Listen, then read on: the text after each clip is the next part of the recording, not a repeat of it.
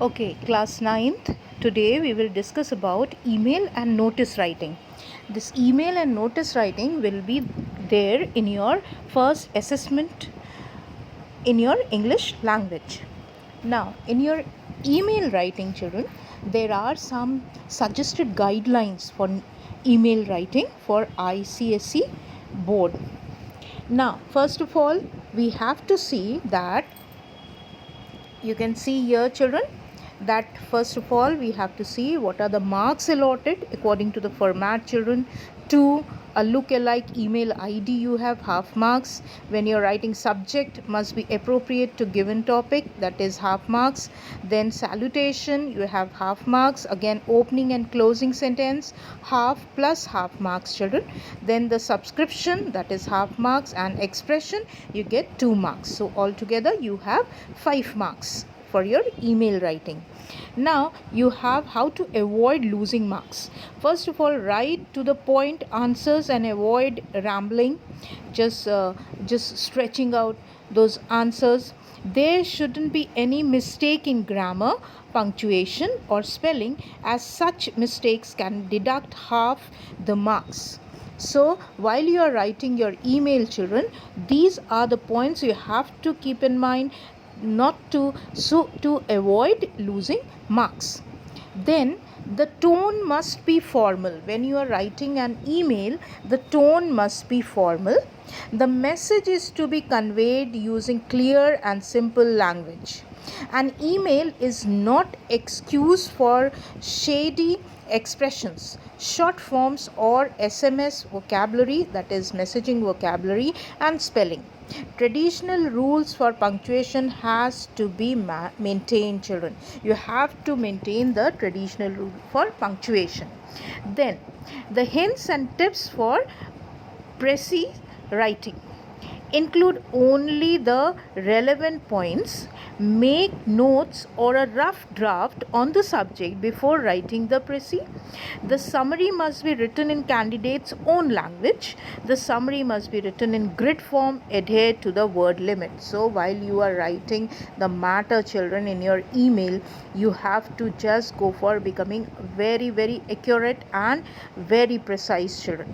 Not to just keep on adding like informal letters. We can at least use one para altogether for discussing the matter, children, but here in email you have to be very short and precise. Then, children, we have the guidelines again from our board, ICSE board. It is recommended that both the notice and email parts to be taught as one unit. 5 marks for your email, 5 marks for your notice. As the theme is common to both, you have to learn this, children, properly. The theme is common to both email and notice. It is only the target audience that is different. For example, the notice is for the pupils of the school, whereas the email is meant for the principal or the management of an institution or organization. Then the format is, first of all, you have to go for the heading, must be appropriate to the event, that is 1 mark. Then date, you have half marks. Then time, that is half marks. Then venue, you have again half, plus you have half marks for location. Name of event, you have 1 mark, and details of target audience or invitees, etc., are 1 mark. So altogether you have 5 marks for your notice and 5 marks for your email. So this was your guidelines from your board, ICSE board, children, to write an email. Now, and the notice. Now I'll give one example, a question and the example, both in the same page, children. You can see here, this is your email and notice writing. Question is, you are the president of your society. Write a notice for the society notice board requesting all the members to celebrate Diwali peacefully.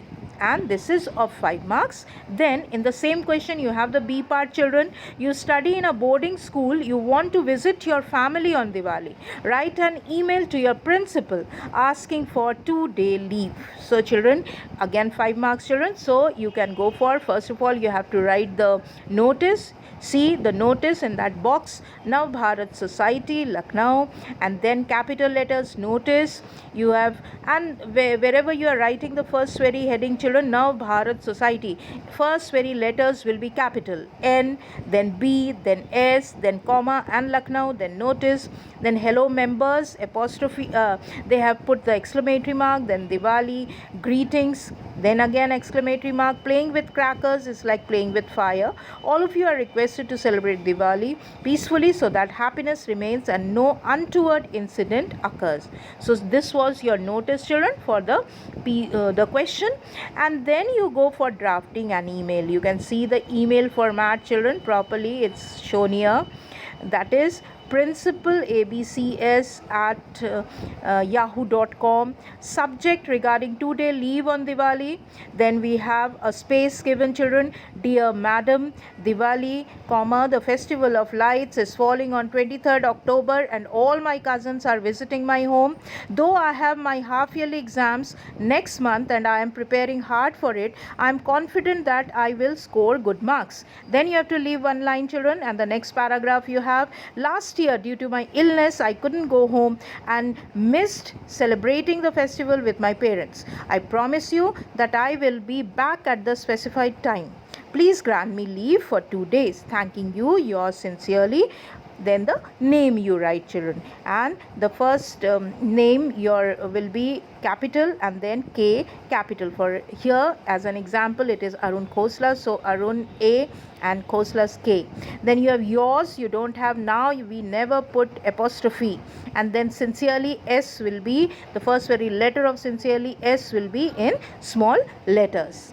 Is it clear? So this was your format and one example I have given you, children. This you can copy down in your grammar copies, language copies, children, email and notice, and this we have included in our first assessment. One question I'll give you as a homework, children, an assignment which you have to do in your language copy other than this sample example with whatever I have given you.